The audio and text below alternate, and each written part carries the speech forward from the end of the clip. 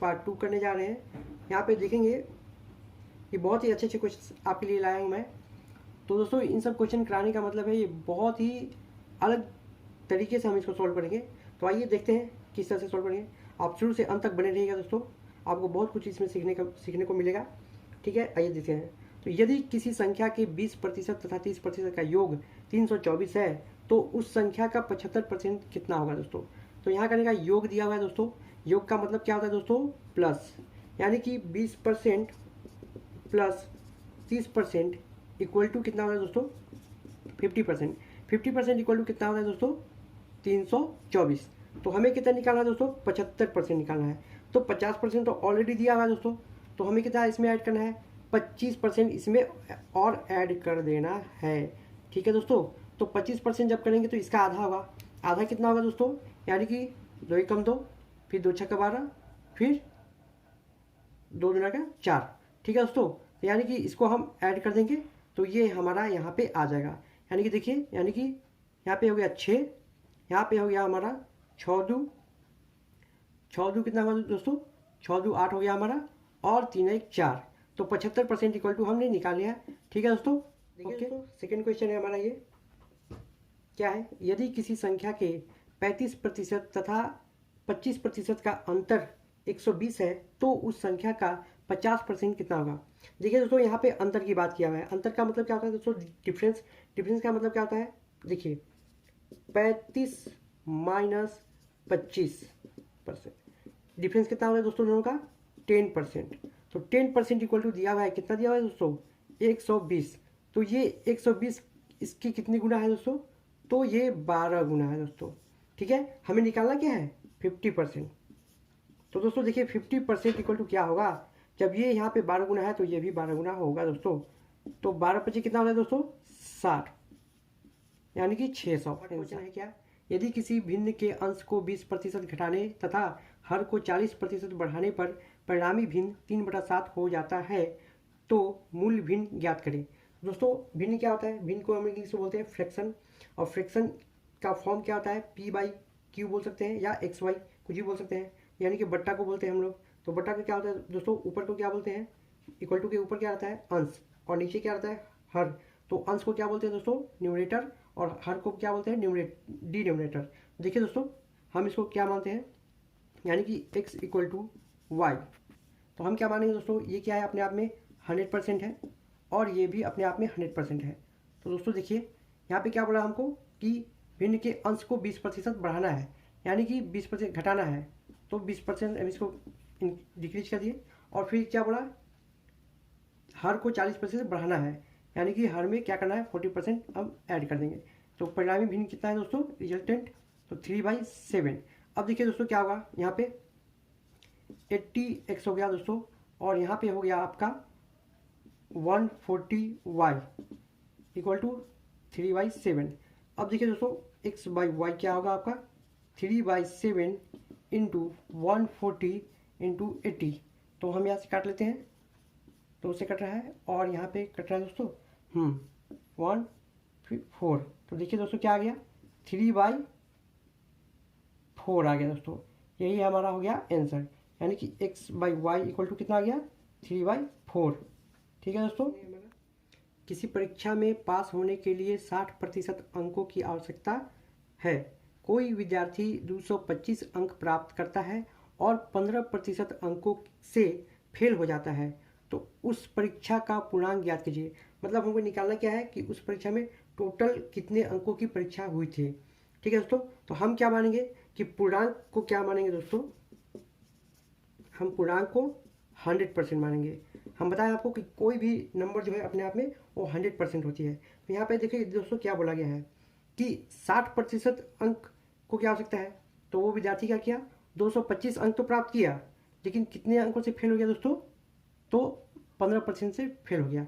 यानी कहने का मतलब क्या है दोस्तों, अगर उस विद्यार्थी के 60% अंक आ जाते हैं तो वो पास हो जाता है, बट क्या हुआ कि 15% अंकों से वो फेल हो गया। यानी कहने का मतलब कितने अंकों से वो नहीं पास हो पाया, तो 15 अंकों से, 15% अंकों से। यानी इसका डिफरेंस कितना है दोस्तों, 45%। यानी 45% के बराबर ही तो दिया हुआ है हमारा क्या, 225। ठीक है दोस्तों। और निकालना क्या है हमको, 100% के बराबर निकालना है दोस्तों। तो इसे देखिए, ये क्या गुना है दोस्तों, तो ये हमारा है 5 गुना, देखिए 5 गुना है दोस्तों। तो इधर भी क्या होगा दोस्तों, ये भी 5 गुना होगा, 5 टाइम्स होगा। तो यानी कितना अंकों का एग्जाम टोटल हुआ था, तो 500 अंकों का एग्जाम होता है। ठीक है दोस्तों, ए की आय बी की आय का 40% है, जो कि सी की आय का 25% है। ए की आय सी की आय का कितना प्रतिशत है। देखिए दोस्तों, ये क्वेश्चन बनाते हैं हम लोग, ए लेते हैं, बी, सी। अब यहाँ पे देखिए दोस्तों, ए की आय बी की आय का बोला गया है, यानी कि बी की आय को हम लेंगे 100%। ठीक है दोस्तों, 100 मान लेते हैं इसको। तो जब 40%, यानी कि ए की आय का बी की आय 40% है, यानी कि ए की जो भी आय है वो बी का कितना है 40%, तो इसका 40% कितना होगा दोस्तों, 40 ही होगा। अब देखिए दोस्तों, यहाँ पे लोग स्टूडेंट गलती करते हैं, यहाँ बोला गया जो कि सी की आय का 25%, यानी जो कि किसके लिए बोला गया दोस्तों, ये बी के लिए बोला गया दोस्तों।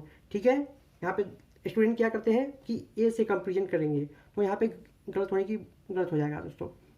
तो यहाँ पे ध्यान रखिएगा, जो कि बोला गया नहीं हु, यानी किससे कंपेरिजन किया गया है, तो बी से कंपेरिजन किया है। तो बी का आय कितना है दोस्तों, 100%। तो इसका क्या बोला दोस्तों कि वो सी से कितना है, 25% के बराबर है। तो 25% के बराबर है दोस्तों, जब सी का आय ये 100% बोला गया, किसके बराबर है, 25% के बराबर है। तो दोस्तों आप खुद सोचो कि 100% कितना होगा, जब 25% बराबर 100 दिया हुआ है, तो 50% कितना होगा दोस्तों, तो 200 होगा। फिर उसमें और 25% डालिए दोस्तों, तो कितना हो जाएगा, 300। और फिर उसमें अगर हम 100% और ऐड कर देते हैं तो 100% हो जाएगा। 100% के इक्वल टू कितना हो जाएगा दोस्तों, हमारा 400 आ जाएगा। देखिए ये कितना गुना है दोस्तों, तो 4 गुना। तो यहाँ भी कितना होगा दोस्तों, 4 टाइम्स, यानी कि 400, यानी कि सी की आय कितनी है दोस्तों, तो 400। अब देखिए दोस्तों, जब इसके 400, तो हम यहाँ पे क्या कर लेंगे दोस्तों कि इसका सिंपली वे में करने के लिए इसको हम अनुपात में कन्वर्ट कर लेते हैं। तो 0 से 0 काट सकते हैं हम यहाँ पे। अब देखिए दोस्तों, यहाँ पे कितना हो जाएगा दोस्तों, तो हमारा हो जाएगा 20, यहाँ पे कितना हो जाएगा दोस्तों 5, और यहाँ पे कितना हो जाएगा दोस्तों 2।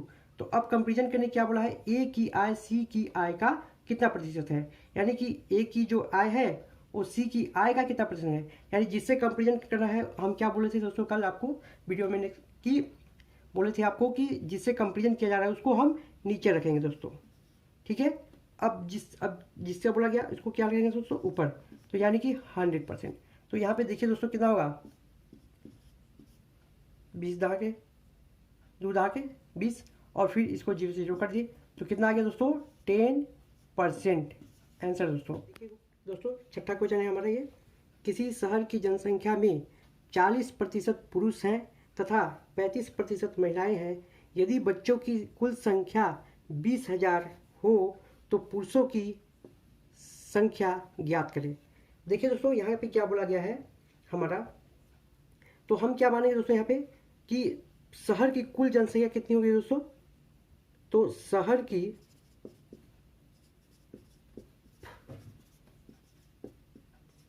कुल जनसंख्या अपने आप में क्या होगी दोस्तों, 100% होगी। तो यहाँ पे क्या बोला गया दोस्तों कि 40% क्या है, मेल है, और फीमेल कितना है दोस्तों, तो फीमेल कितना है यहाँ पे 35%।